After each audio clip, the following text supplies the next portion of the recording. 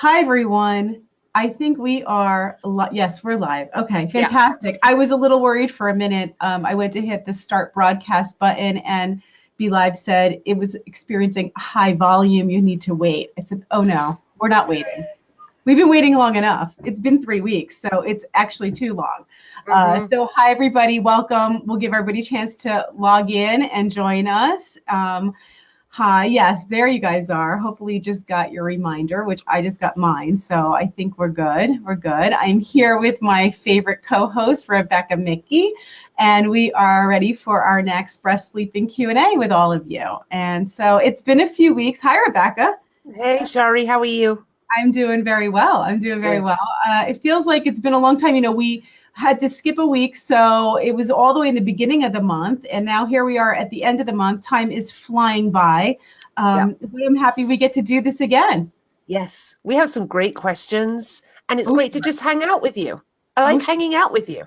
I like hanging out with you too. Even though we are across the entire country from each other, this is how we get to spend our time together, and then with just a few hundred other people at the same time, right? That's all. Yeah. Why not? Why not?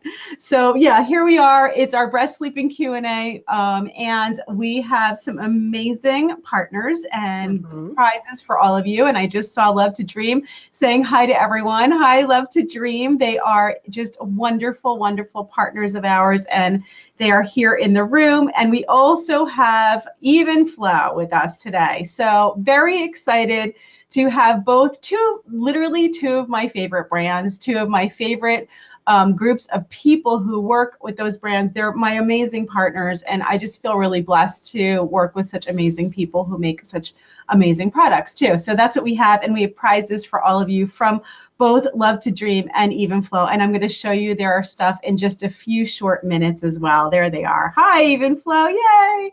All right. So first of all, I just need to let you all know that this is the launch today of my new sound studio filming room. I'm going to be filming all my new classes through the winter here. And so I just wanted to know how you guys all like it. I'd love to see some hearts. Lovely.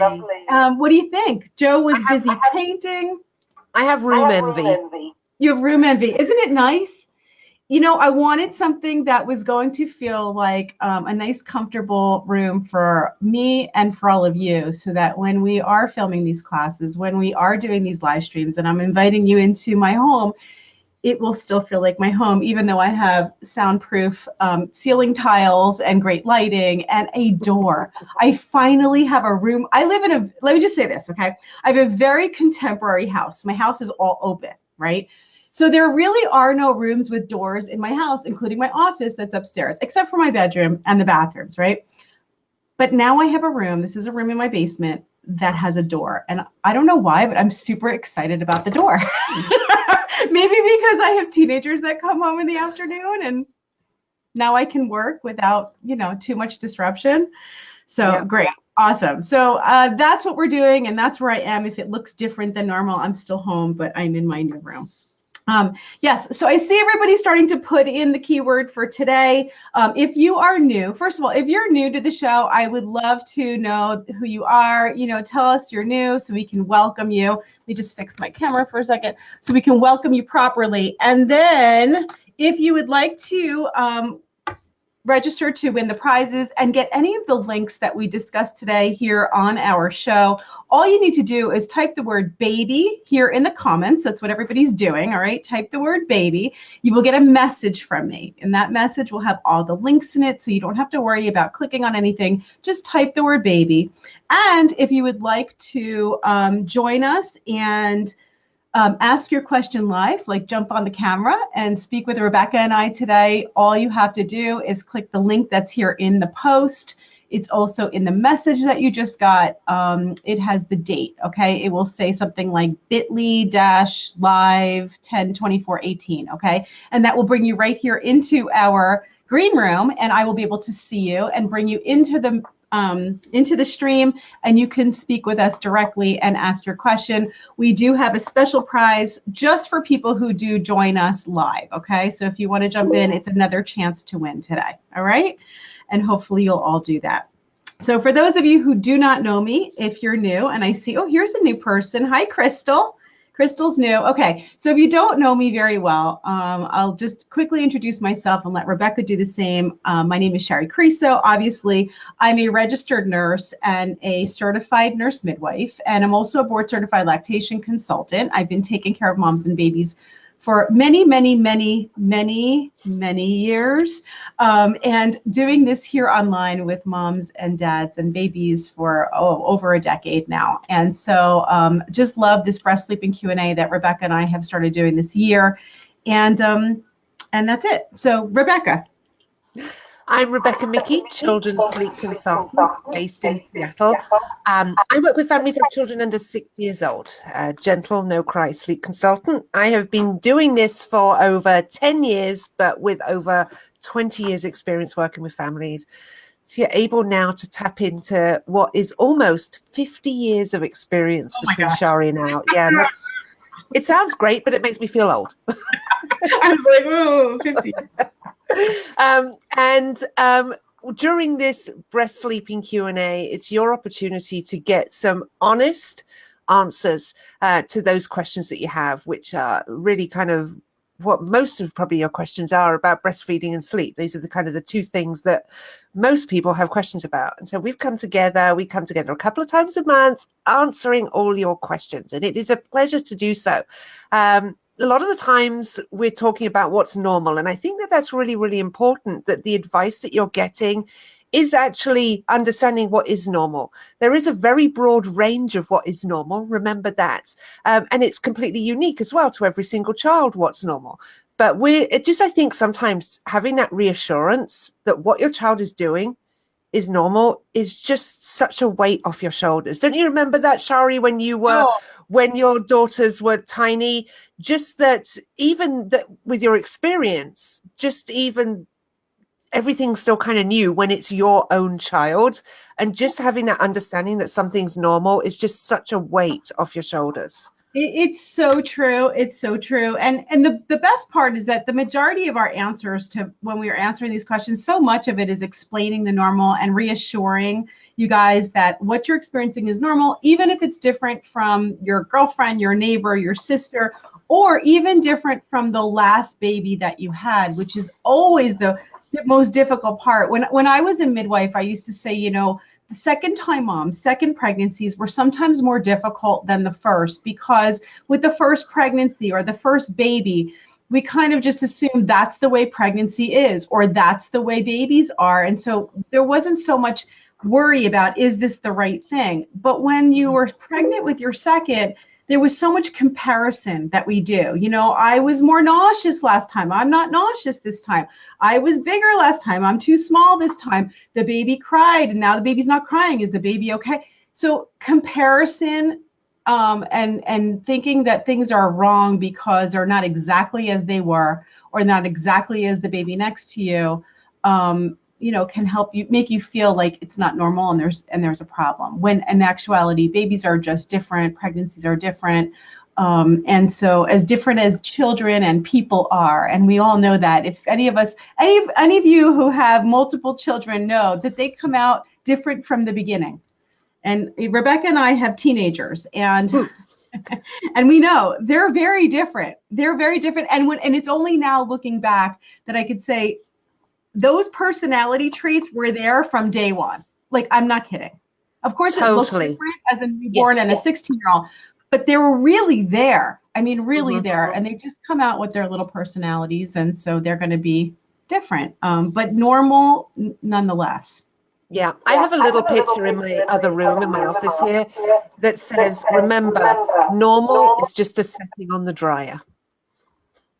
Yeah. It's so true. It's so true. I like that. Mm-hmm. Oh my goodness. See the pic. I just want to tell. I always get it wrong. Okay. See the picture on the wall? That was a painting that one of my patients painted for me after I delivered her baby. So I find it very nice to have it here in this room. Definitely. It makes me happy. I'm looking at it here in the reflection and I love seeing it. All right. Are we ready to answer some questions and then talk about the prizes? Yes. Okay. Rebecca, let's start with some questions and then we'll get into the prizes. Great. Okay, shall I start off with a breastfeeding question for you? Sure, go ahead. Okay. This is from Jessica. When scalding milk, how do you store it afterwards? Direct to the fridge? Do you let it cool off on the counter beforehand?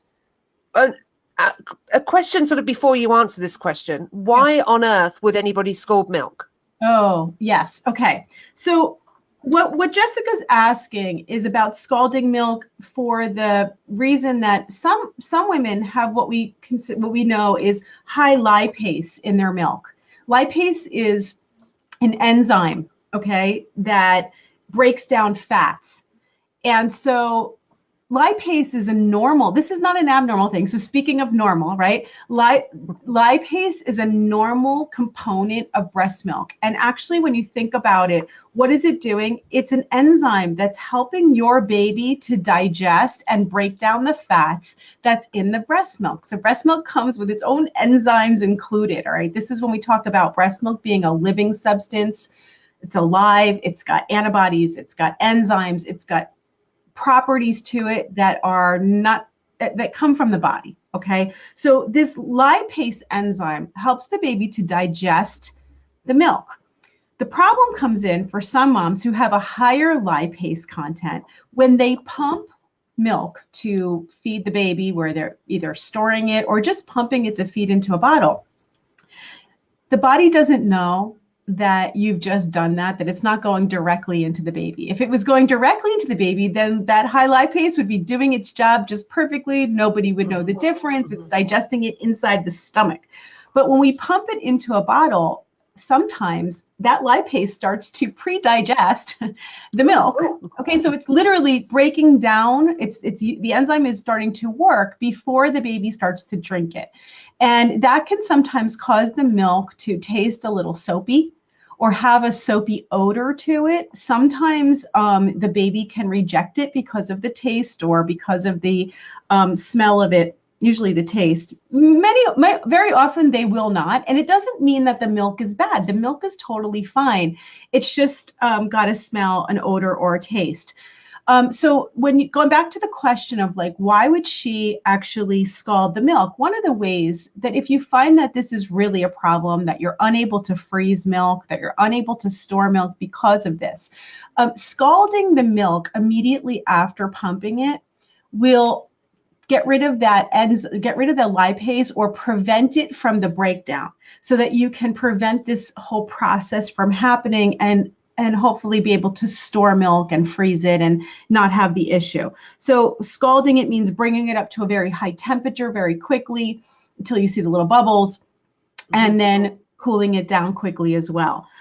So her question of what does she do with it once she scalds it is, she's just finished doing that. Does she put it into the refrigerator right away? Does she leave it out to cool down? I would say you can go ahead and put it right into the fridge right after the scalding. Go ahead and put it into the fridge, because if you're going to be saving it for a later date of feeding, or you're going to be freezing it, then you want to bring it down, the temperature down, so then we can go ahead and put it into the freezer afterwards. I wouldn't put it directly into the freezer after having it really hot.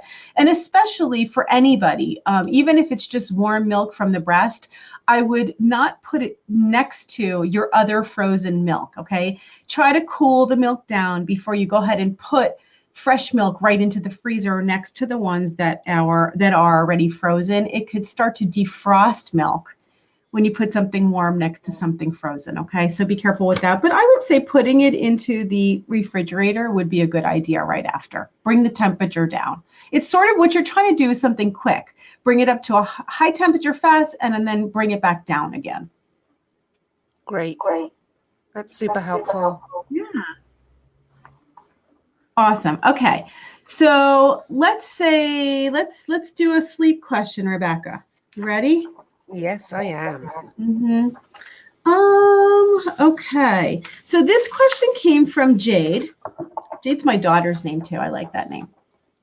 This came from Jade. She said, my 1-month-old sleeps relatively fine during the day, but at night she's either up or can only sleep if my husband or I hold her. I tried her bassinet, the rock and play, the love to dream swaddle, and the DockATot, but they're all short-lived. I need sleep. Yes, well, that's a great question. So everything with a newborn is a nap. We don't have daytime sleep. We don't have nighttime sleep. Daytime sleep doesn't begin really to develop until for quite a while. Nighttime sleep begins to develop at around 6 weeks old, but it actually takes around 6 weeks to really kind of develop. So everything right now is a nap. And fussiness later in the day is completely normal as well. And I think most parents will see that kind of forever. That's when kids get fussy at the end of the day. That's kind of when they're hungry. That's when they're grumpy. That's when they're tired. And that's kind of the same, probably not just for kids, but that time of the day is the same for me as well. Sort of when I'm getting ready for dinner, I'm just not quite as patient as I am other times of the day. I think it's a hard time of the day, and as we're kind of getting into the nighttime. But with newborns, there's a couple of things that are happening. One is that short naps could potentially lead to overtiredness, which can make the nighttime fussier.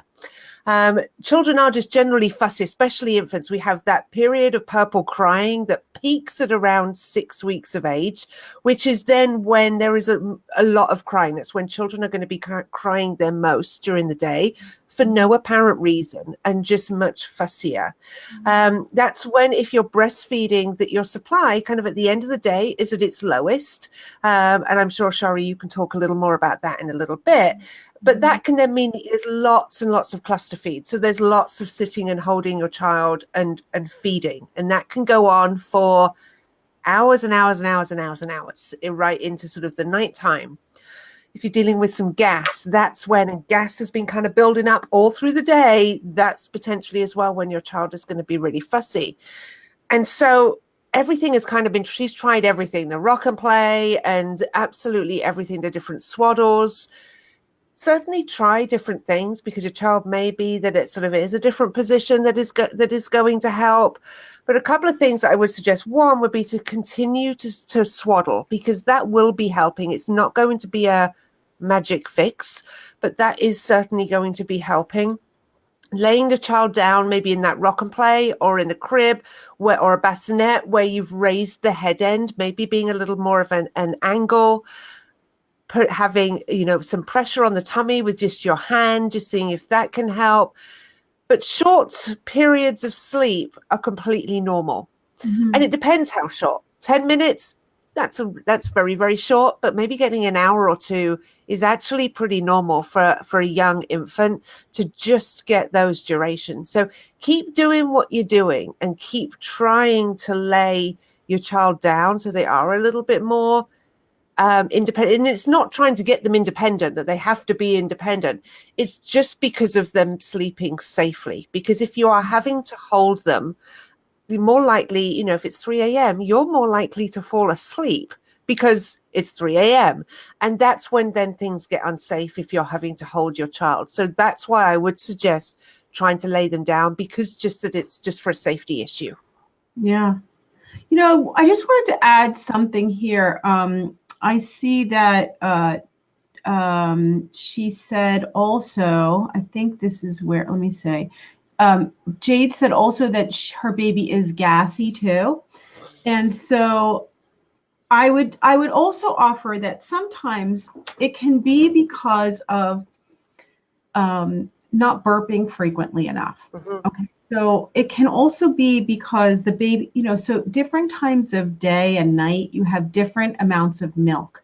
And so during the night, your milk supply is larger. Okay. For many of you, you'll notice that your breasts are fuller during the night, early in the morning. And so when the breasts are really full, and the baby and the milk is flowing, it can flow heavier. The baby could be gulping harder and swallowing more air and require burping. And when you talk about the baby, it's short-lived, like she said. It's a short-lived. It lasts a little bit, and then the baby's awake. It could be that the baby needs to be burped more frequently at those feedings. And unfortunately, it's that one time when you're tempted to not burp at all because it's the middle of the night. You're trying to get it done quickly. The baby's still kind of half asleep. You're like, I don't want to wake them up. But not getting those little air bubbles out especially when there's some, heavy letdown and the milk is flowing fast and the baby's gulping hard, you're going to see that the baby's waking up every hour or more, even every half an hour, because they're feeling that gas pain. So I would really increase that burping too. Just because we don't want to miss one little thing, that it could just be that little burp, that tiny air bubble that's keeping them up all night. And really, once that air goes down and you don't get it out, it has to go through. And now it's got to travel all through their intestines and it hurts. Okay. So yeah. And Jessica's saying, yes, the burping helped us out a lot. Yeah. Yep. Exactly. And a bunch of people are saying, yeah, this is what it was for them. I think burping is really underrated. I mean, you guys know I have a whole video on burping your baby. And the reason, I talk and teach about this is because I have had so many babies that I have prevented from having to continue taking reflux medications. I have had so many parents that I've worked with that I, have never sleep, and then just a little extra burping, the baby's doing well. Not burping well causes the pain. It causes them to latch difficult, and just all of it. So things that, again, it's a normal thing. And we can create abnormal out of it or create issues from it, from not knowing what we're supposed to do. And if you go back through some of our Q&As, you'll see how much we've talked about burping and just how important it really is. So, and I would say that burping through the day, not just at the nighttime thing, but you mentioned earlier that if we don't get that burp up, it has to travel all the way through. So it could be what's actually causing the pain is a feed that happens, that bubble that got trapped at 3 p.m. That could be when that's causing the pain in the middle of the night. So really burping after every single feed, and sometimes you may need to do that during the feed, mid-feed. You may need to burp, and I think that as well, it's a pretty quick fix. To burp, and then it may mean, your child's not going to suddenly start sleeping through the night because you start burping them. But if you're going from 20-minute stretches of sleep to even hour stretches of sleep, that's really very different. And that means then that it's something that you can continue to build on. So even just that little thing that we so often will kind of dismiss because, one, it may be really hard to get a burp up. And as you mentioned, that during the night, it's all that, we think that, they're so kind of sleepy. The sooner that we get started with this feed, the sooner we're done with the feed, the sooner everybody's back to sleep. And it's kind of a no-brainer that you're going to choose that because everybody's tired and you know that your child is then waking often. But putting that time, effort, and energy into actually helping at each wake up can mean the difference between that really short then stretch of sleep and not necessarily a really long stretch of sleep, but a longer stretch of sleep. Totally. And, also like the fact that the baby's sleeping well during the day is a real giveaway to like, why is the baby more gassy, up more frequently? So you want to think like, what's different? Is it possible that it's your milk? It's how you're positioning. Maybe it's a laying down position and then you're not burping. So try to think like, what am I doing different during the day that could possibly affect this nighttime change? So awesome. I mean, great question. I'm sure there's a lot of mamas out there who are dealing with the same thing. This is the thing about newborns and babies, and they're all different, as we mentioned in the beginning, right? And Rebecca and I are definitely on the same page about the fact that it's scheduling is not something that we can do. We can't get on a schedule, really, a real schedule, and accommodate our baby's changing needs, whether it's day, night, week to week, day to day, month to month. But we can start to get into we can look at their predictability. We can look at, understanding their nonverbal cues and getting into more routines that work for them. So it's routines without scheduling. I think that's a good way to routines that work with your baby's normal physiology, with their needs, on their time frame, but something more predictable so you know what to do when these things are happening. I think that's really, I know that's my philosophy, and I know it's Rebecca's too. So I want to take a moment now to talk about our prizes and our partners. Okay, so let's for a second do that. And so first up, let's talk about Love to Dream. Okay, Love to Dream. First of all, you guys know how much we love this product. Okay, this is the Love to Dream. This is actually the 50/50 here. And this is the original, the first, okay, love to the swaddle blanket or swaddle suit that actually has the arms in an arms up position. So the hands are up, okay, in a much more natural position for baby. This is where babies like to keep their hands. It's what they did in the womb. It's a natural position. Most of us do not sleep with our arms straight down at our sides, okay? Pay attention tonight when you go to bed. Where do you keep your hands? I know I do this, okay? But babies just like this comfortable position. But more than that, we are allowing the baby to be able to self-soothe. And what that means is in newborns or young babies, being able to stroke their own cheek, to bring their hands to midline, to stroke their cheek, to touch their faces. This is how they soothe themselves. And so we want to give them access to their hands, but at the same time, prevent that Moro reflex, okay, that startle reflex that they have from taking over and waking them up constantly, all right? And the Love to Dream is so perfectly suited for that, excuse the pun there, so perfectly suited. So this is the 50/50. This is the regular original Love to Dream. These are for younger babies with the arms in. This one here is for babies that are starting to transition out of their swaddle. And that means that you can start off with their arms in, but then this is all reversed. So it drives me crazy. Okay. So this, you know, like when I'm looking at the screen, it's the other side. So this one here is the one that the arms completely zip off, so that you can transition your baby from a swaddle like this to a more of a traditional sleep sack where the arms are free. We usually recommend doing that somewhere around 3 to 4 months, or whenever the baby starts to show signs of wanting to roll over, or they are rolling over, then you definitely want to release their arms. And the best way to do it is to do one side at a time, which helps them to transition easily. But we love to Dream. And there's also now the stage 3, which is the sleep sack, the sleep sacks that have the feet, so that babies can actually walk in them or stand in them, and they are awesome. Okay, if you haven't seen that, you definitely want to check that out as well. I have a few pictures here I can share with everybody. Here's some of the Love to Dream in action with the cutest babies, right? And if you want to win one of the Love to Dream, you'll get your choice today. Okay, there's the example of this 50/50 with the arm out. Then make sure that you type the word baby here. Make sure that you're entering to win. Make sure you're commenting here during the live stream. We're going to pick somebody who's here live, and you'll get your choice. Okay, so there we go. Here's a few pictures. Let me see what else I have here for you. Do I have the stage 3? I'm not sure. I have it in my pictures. We'll have to update that.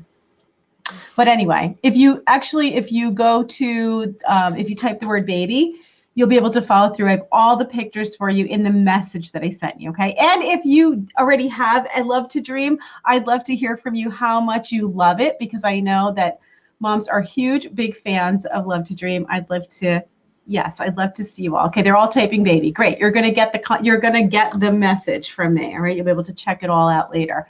Thank you. Okay, so, and then the other prize that we have today is from Even Flow Feeding. And Even Flow is just my most wonderful partner. I've been with that brand, working with them, supporting them, and partnering with them for 7 years now, okay, almost 7 years. And I actually came to work with Love to Dream, with Even Flow, just as they were designing their advanced double electric breast pump. And they reached out to me to help them in the design. And so when I talk about the features of this particular breast pump, and I talk about this particular brand and company, it's because I was involved in actually designing the product with all the features that I would look for in a breast pump. And so some of them are obvious, some of them are more subtle, but they all came with a lot of intention and a lot of love and a lot of thought that went through from the engineers to the marketing to the sales department to the executives at Even Flow, who are women. The president is a breastfeeding mom. Okay, they're all women who just really care about providing and creating products for women, for moms, to make life easier. Okay, yeah, here everybody's saying Even Flow is best. They are the best. Okay, this is the Even Flow advanced double electric breast pump. It's a hospital strength pump. It has all the features. And if you guys know the features, I'd like for you to all start typing some of the features that you know I love and that you love too about even flow. And this is also the new Hush model, which is a very quiet, the quiet version of the new advanced double electric. And that's what I love about even flow. When they get feedback about what can be improved, everything can always be improved, right? Mm-hmm. Then they take action and they make what you need. Okay, so this is the advanced double electric. We're actually going to be giving away one of the accessory kits today, which has all the milk storage bags. It has the bag and the clips and everything else that goes with it too. So I would love for you guys to all enter to win that. And that's even flow. And I think I'm going to be on with Jamie on Friday on his page. On the Baby Guy, we'll be talking all about even flow, pumping, and breastfeeding as well. So make sure you tune into that as well. All right. And what I love is just how light that pump is, and small that is. It's, I mean, if you're and that's like so important. You know, you want something that's compact, but that definitely has the power. Okay. To do what it needs to do. It's like I said, it's a hospital strength pump. It has the independent speed and suction controls on it, but it is small, as you mentioned, Rebecca, and it has really good bottle holders. And you can see that I'm like kind of moving this around and nothing is falling. Okay. So the bottle holders hold both bottles, which that makes sense. Some pumps out there don't have this. Okay. So you can hold both bottles. It's easy going in and it's easy coming out, but it's a nice tight fit. And I love that. It's not wobbly. Yeah. The last thing you want to do is, spill your milk. So yeah. It's compact. It's got the bottle holders and it's also got a battery option, which is super important. This pump takes AA's. So simple AA batteries right in here. You can either plug it into the wall or you can use your batteries. And I think that's a very, very important. Very important. Definitely. Plus this. Do you see these? These are the soft silicone inserts, okay, that come with the pump in actually 3 different sizes you get of flanges. So there's 3 sizes included with the pump.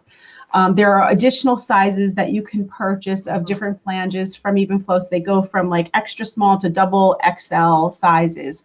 And easy to find, Target, Walmart, you can find these products. But these come included, and these are super, super soft, like cushiony.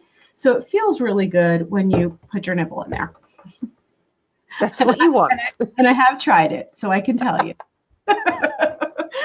I did test it out. I did. Good. And it does feel very comfortable. Yes, they're very comfortable. All right, awesome. So we're going to be giving away prizes from both Love to Dream and Even Flow today. Make sure that you type the word baby here so that you can enter to win. All right.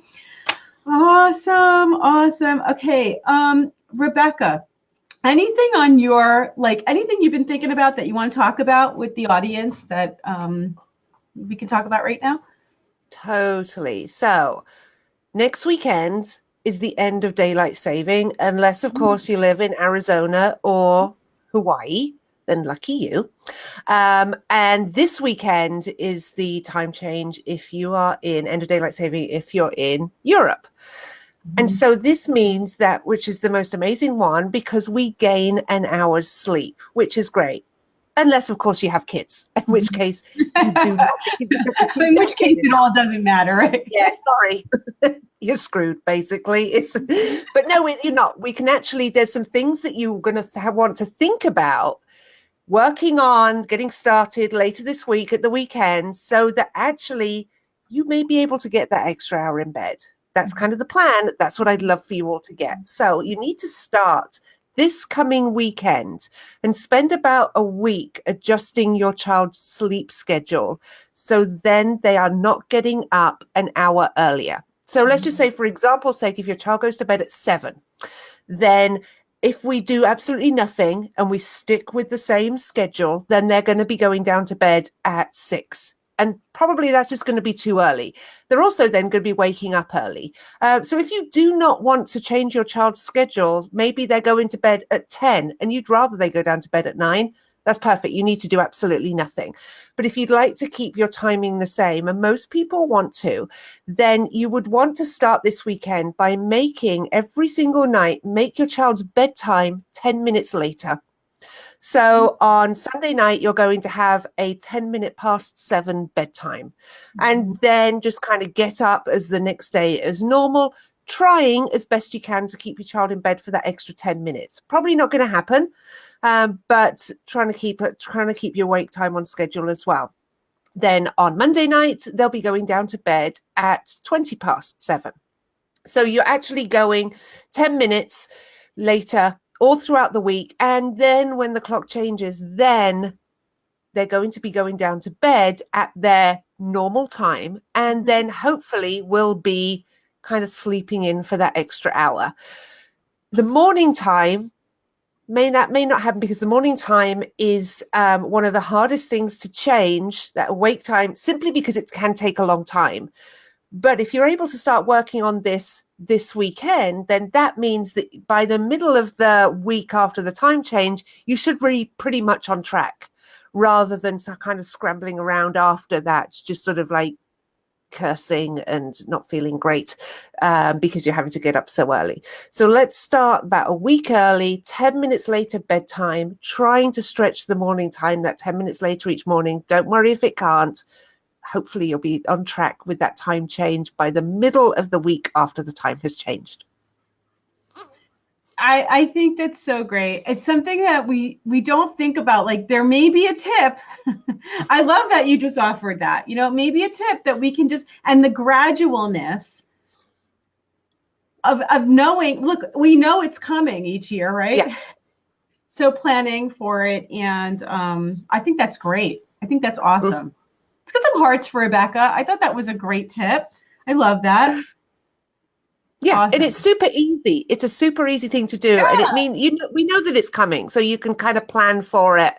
I say, unless you live in Hawaii or Arizona, in which case we're not jealous at all. No, we're not. Yeah, in which case, too bad. Yeah, it's getting cold here. I'm in New Jersey and I'm freezing. It's like winter came on like a bang here from overnight. We were just talking before you answered that. We were just talking about the even flow pump, and I see people talking and asking about, how do they get it through insurance? And then everybody's kind of posting here, go to evenflowbreastpump.com. That's good. That's an insurance locator that will help you look up which DME or medical distributor you can use to get it through your insurance. Somebody else asked the question, which pump would they get? It really depends on your insurance, but if you're able to get a double electric pump, you'll get the same pump that you see in the stores. It's the same advanced double electric as the advanced double electric. And it comes with, like I said, all those features and the 3 flanges. And it also comes with my classes. So not only simply breastfeeding, but you get breast pumps and briefcases too.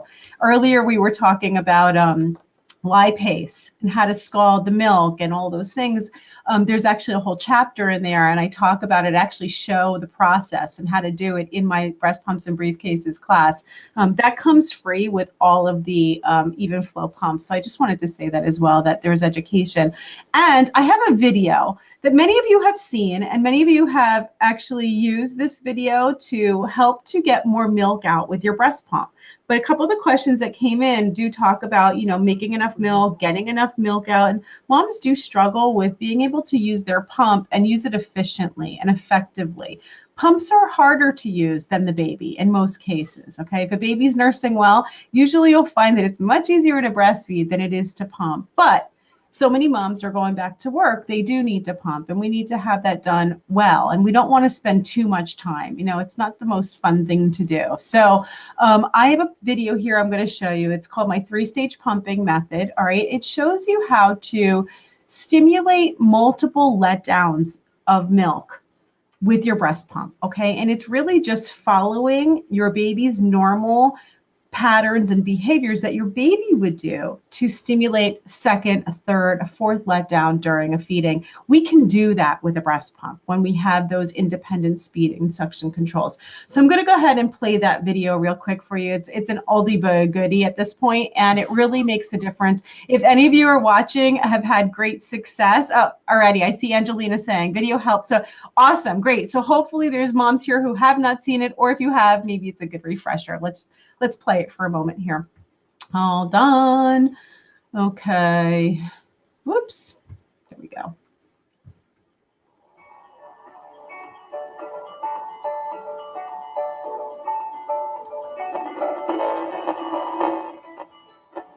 Breastfeeding moms know that pumping takes time and lots of commitment. I have a secret to share that's going to help you get a lot more milk in a lot less time.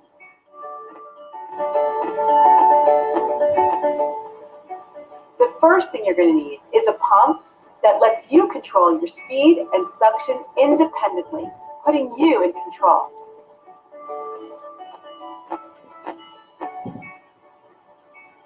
Start with the pump turned all the way up on speed and low down on suction. This will simulate what the baby does when the baby starts off at the breast to get a milk release or a letdown.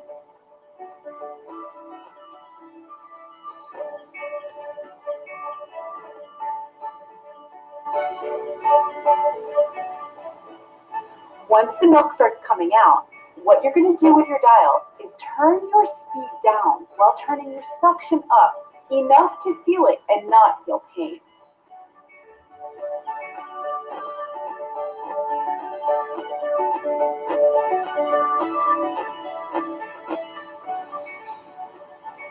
Once you see the milk stop flowing, that's when you want to stimulate that second milk release or letdown. This is where it gets good.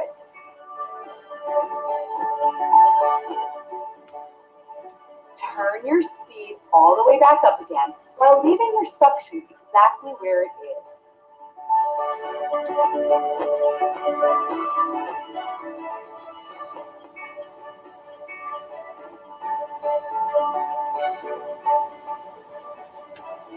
Continue to pump with the speed and the suction turned up until you see the milk releasing or the letdown start one more time. After you see that happen, turn your speed back down and again repeat.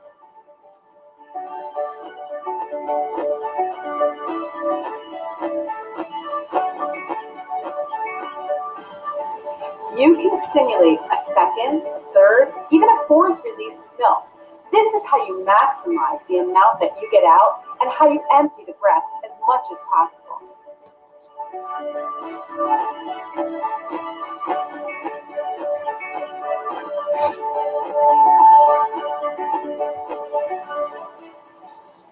All right. Awesome. It was a little crackly, the sound, but I think they all got it, right? It shows you how to adjust your speed and suction to stimulate those letdowns. And yeah, you're saying you wish you had seen this years ago. I totally get it, Ines. I feel the same way about so many of the things that I teach that only came after a lot of struggle myself. So I hear you, I feel you. But hopefully you can refer to some moms that you know or use it now. Hopefully it still is going to help you. Yeah, awesome. Okay, yeah. So if you haven't seen it, please go try. You're going to try it, Lauren? I can't wait to hear your feedback about it. Are you guys in my private Facebook group? If any of you are not already, signed up in the private group, please join me over there. Rebecca and I are going to be doing some fun things. We're going to be doing some Q&As over there and just doing a lot more coming up. So I'd love to see you all there. If you are not there, please sign up and make sure that you are joining us in the private group. We have some big stuff happening and big stuff coming, right, Rebecca? Oh, yes, we do. Big stuff. I can't wait. I can't wait. I love it when Shari shares a video because you never know what her hair is going to be doing in the video. You really don't. You never. Well, you don't know day to day what my hair is going to be. That's actually very true. Surprise! It keeps me surprised every day. Which direction is it going in? Yes, my hair changes frequently, color, style. That's it, because I've not seen that video before, and that's the first thing I was thinking was, oh, I wonder what Shari's hair's going to be doing in this video. Oh, that's great. Oh, yeah. Well, anybody who's watched my Simply Breastfeeding program knows I've got my curly hair in that video. I look really different in that one. I look really different. That's so funny. Okay. So how about some more questions? Sounds like a good idea. You want to ask me a breastfeeding question? I certainly do. Okay. This question is from Lara. Are there any difficulties or struggles that mums with gestational diabetes face when nursing a new baby? That's a good question. I don't know that we've talked about this too much, but it's fairly common. It's a fairly common issue. And so although moms who have gestational diabetes can absolutely breastfeed their babies, absolutely. And even it's just so important to really try to do that, not only for yourself, but also because we know that breastfeeding can help prevent diabetes later in life for babies who are breastfed. And so if there's a familial history of diabetes, then you even want to try that even more. So don't let anybody try to talk you out of it. But there's things that you may want to consider and think about that can happen with gestational diabetes. And not all gestational diabetes is the same. Some are insulin dependent, some are diet controlled. And so there's different degrees of diabetes when we talk about pregnancy. But a couple of things that I guess I would think to consider is that, during your pregnancy, make sure that you are, trying to eat well and keep your blood sugar levels as normal as possible. That's with diet, making sure that you're really trying to keep that under control, just so that your pregnancy can be as healthy as possible, the birth, the baby's weight. Okay. Babies, uncontrolled diabetes during pregnancy can lead to very large babies, which then can lead to more incidents of C-section. So we want to try to stay as healthy and as controlled as possible during the pregnancy. After the pregnancy, because of the sometimes elevated sugar that's going through the mom, babies can sometimes have a low blood sugar, a drop in blood sugar when they're born. Okay. And they'll also be testing that baby's blood sugar right after frequently. Okay. With heel sticks on the baby and checking blood sugar. One of the best ways to keep your baby's blood sugar normalized after the birth is to feed frequently and to feed soon after the birth. Okay, so that means colostrum as soon as possible, putting the baby to the breast, allowing them to get some of that colostrum. Colostrum is one of the best ways to bring up the baby's blood sugar. You might also want to consider some donor milk or storing up some colostrum beforehand, just in case, so that you have that breast milk immediately if the baby's blood sugar was to drop right after. But that's important because they do sometimes struggle a little bit after the delivery. Sometimes, and so other things right after the birth before we get into later, but right after the birth, good skin to skin with your baby. Okay. That will help to regulate their body temperature, which then helps to regulate their blood sugar, everything, or it'll help them to decrease crying, which then also leads to better blood sugar regulation afterwards. So skin to skin with the baby. Sometimes the baby's kind of whisked off because he had diabetes, but you really need to talk to your birth provider, your doctor, your midwife, the nurses, and really try to have them help you and encourage that skin to skin after the delivery. All right. Those are all really important things. When you do go home from the hospital, remember that sometimes diabetes can cause a delay in your milk coming in. All right. So usually it's a day or two, it may be delayed.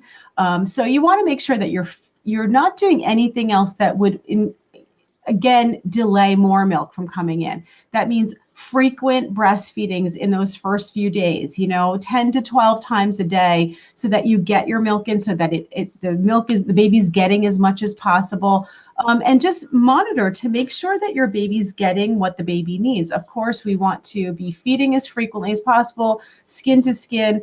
But if the baby's not having the normal amount of wet diapers, if the baby is not showing signs of swallowing, if your milk is very delayed, the baby's starting to lose excessive weight right? We need to feed the baby. So that would be donor milk, formula. You want to keep open to that without turning to it first. But I really want to emphasize that there really can be a slight delay in your milk coming in. That doesn't mean that you're not going to be able to breastfeed long term. It means that we need to deal with the issue in the moment that it's happening, and whatever that issue is. And the most important thing is to make sure that your baby's doing well and that there's no problem with your baby. So of course, you know, I am the biggest breastfeeding advocate you will meet. And I am even more of an advocate of making sure that you have the healthiest baby possible. All right. So we're going to look at both of those things. I would recommend that you reach out to a lactation consultant, an IBCLC, before the baby comes. Just knowing that there could be these possibilities of things, whether it's separation at birth because of low blood sugar, whether it's a slight delay in your milk coming in, those kind of things. It would be great to be able to be working with an expert from the beginning who can support you and your individual medical needs. Okay. Also, keep in mind that if you're going to be monitoring your blood sugar afterwards, if you are insulin dependent, that you need to think about those nighttime snacks. You need to think about, breastfeeding can impact your blood sugar levels. And so you need to be able to adjust that insulin, talk to your doctor, talk to the lactation consultant. It's very doable. It just needs to be addressed and monitored carefully and make sure that not only the baby's healthy, but you are too. All right. So having those snacks around. And then be careful too about certain herbal remedies like, fenugreek, things that can really impact blood sugar as well. So you're already struggling with it. We don't want to introduce something else where you think, oh, it's herbal, it's natural, it's fine. Okay. Even herbs, even natural remedies can have an impact, all right? Can have side effects, are not right for every mom with every medical issue. So again, it all comes back to making sure that you're checking with your provider and that you're getting the proper support. Great. There you go. That's super helpful. I think we've talked about it too much, but it really is important to address since it is a pretty common issue. Yep. Yeah. Yep. So, okay, wait, somebody just asked a question. In the meantime, the milk comes down. What does the baby get? I'm not sure what you're referring to, Grathel. Okay, everybody's posting questions here. Should we look through some of the questions? Yeah, definitely. Through some of these questions. I'm going to look here and see if I can find a sleeping question for you, Rebecca. That sounds good. How about, yeah, I'm not seeing too many. So everybody who's posting your questions here, why don't you go ahead, you can post here. We're going to collect some of them, but I'd also like for you to post them into the private group. That's the My Baby Experts community. If you don't get an answer here today, go ahead and post it into the private group. And we can look to maybe doing a little Q&A there, but you'll also get a lot of responses from all the mamas in the group, and I will chime in as well. Okay, so why don't you go ahead and put your questions there? I know there's a lot of questions. Let's see. All right, I'm going to ask you one from the page here. Okay, great. From what we got, there was a question that came in from Jenna. Okay. And she said, is 9 months too young to night wean? I'm so tired. Oh, that's a kind of a question for the two of us. That one is. Yeah. And there is no definitive answer to this. It really, really depends on the child. Some children are no longer feeding during the night at insert any age you like. And then some still are. And so that answer would completely depend on your child. It will depend on so many different things. It will depend on how many times they're feeding during the day, breastfeeding. It will depend on how much solids they're getting during the day. It will depend on if they are able to get themselves to sleep and therefore back to sleep. It will depend on if they're with you the entire day, or maybe if they're at daycare and they're kind of using this nighttime to hang out with you. So many different things will kind of say when a child is ready to no longer feed during the night. There's a couple of things that I would look at, and I'm sure Shari will chime in a second with some things that she would kind of look at. But when I work with a family, I don't necessarily say that, or even on my agenda, is eliminating night feeds. We want to get those night feeds down to the minimum that your child needs. And that may be for some children, and that totally depends on age, temperament, and everything that I mentioned above. That some children that could be at 6 months, but for others, they could be over a year. And so some things that I would do, one would be looking at how much you're feeding during the day. Oftentimes children around this age are so distracted when it comes to breastfeeding. There's so many other things that they would rather be doing. And you've got to remember, a child, especially this age, is not ever going to miss out on an ounce of milk.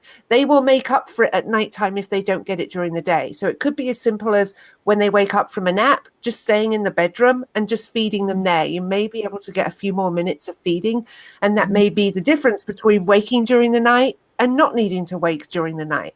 So it's looking at when they're feeding during the day, when they're napping during the day, and then potentially looking at how they're getting to sleep and whether your child is able to get themselves to sleep or not.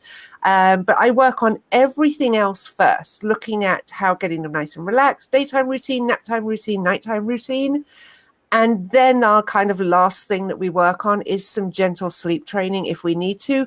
But even that does not mean that your child is not going to need to feed during the night.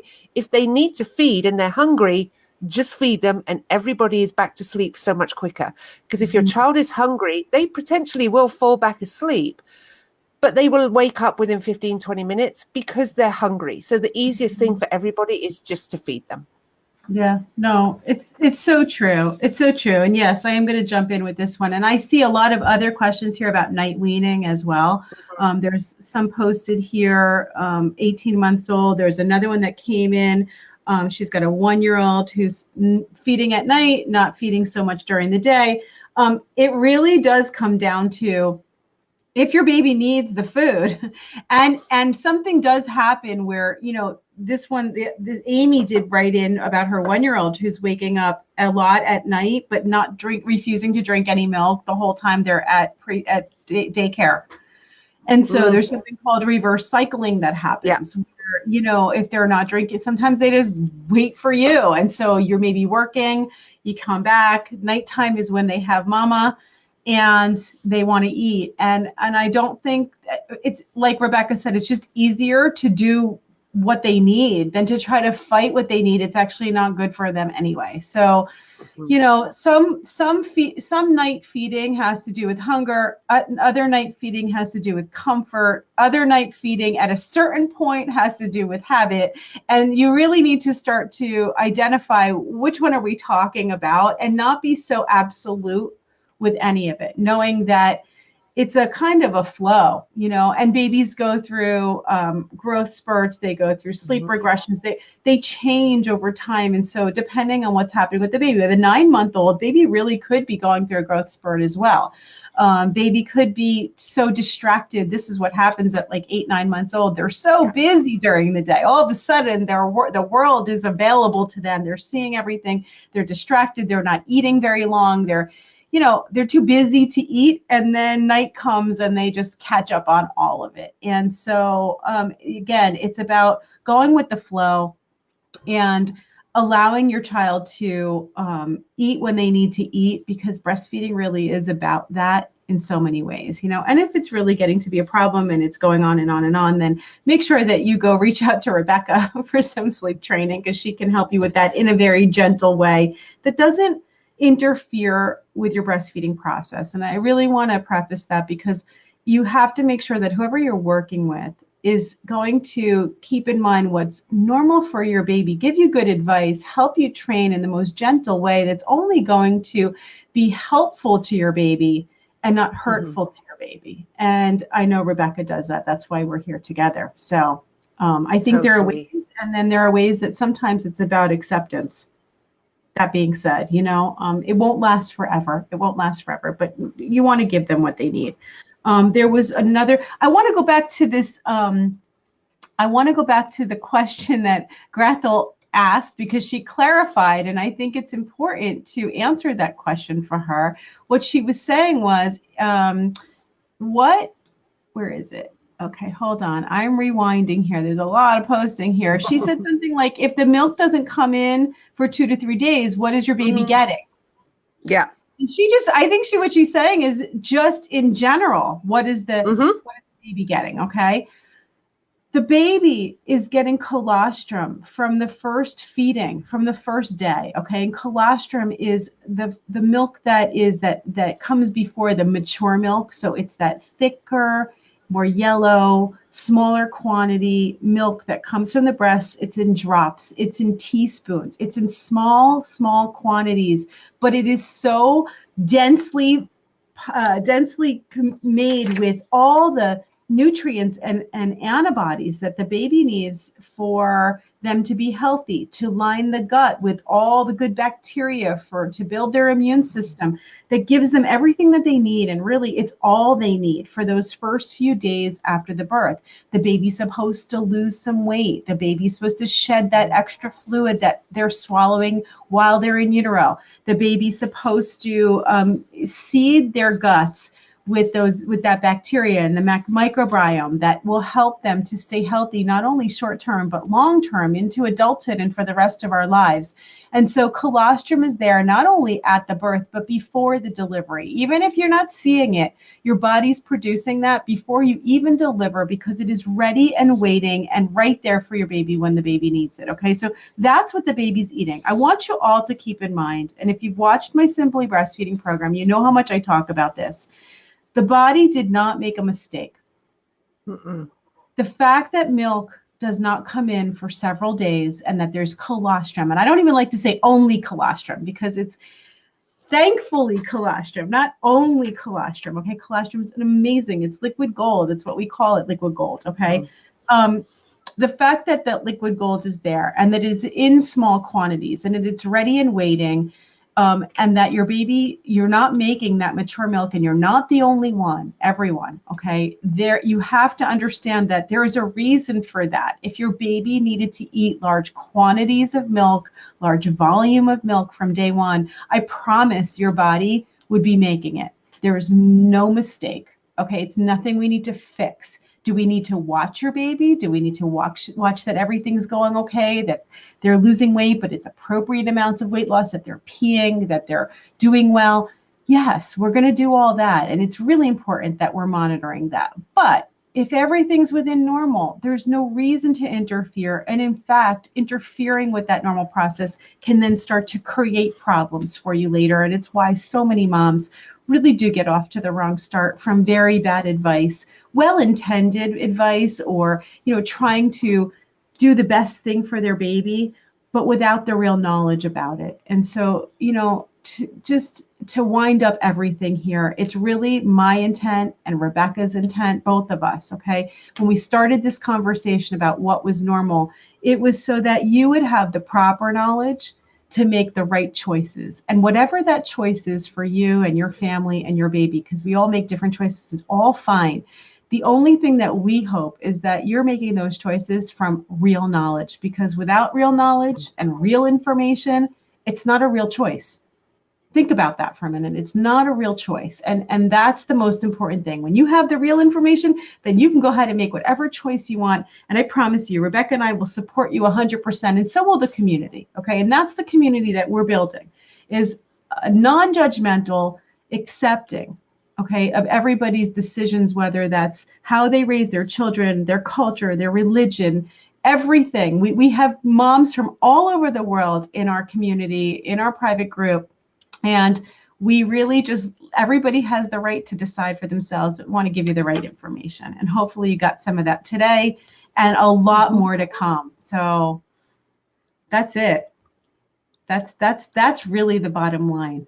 We love you guys. And it's really our honor and privilege to be able to give you this great content and to do this from privacy of our homes into your homes, and to come with you on this journey and hopefully help to be your guides a little bit. And hopefully it's making a difference. I know that it is. I get so many letters from all of you guys, and I know it's making a difference. And that's why I want to give you more.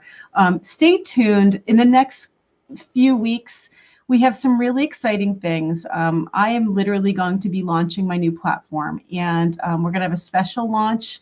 It's going to be open to just a few people to start. You'll all be able to access at some point, but stay tuned and watch in the private group. I'll be talking more about it, a lot more content, a lot more information, stuff that you'll be able to really rely on and follow along, and we can support you with. Okay, so I can't wait to keep making those announcements and showing you more of it. Thank you, Rebecca. Thank you for being here again, doing this with me. I love it so much. Thank you. I love having you here. And thank you, Love to Dream and Even Flow Feeding, for your ongoing support of moms and babies and good education. And thank you, everybody, for joining us. Okay, we will see you in the private group. So go join, and we'll see you in a couple weeks back here. All right. Have a great rest of your day. Bye, everybody. Bye. Bye.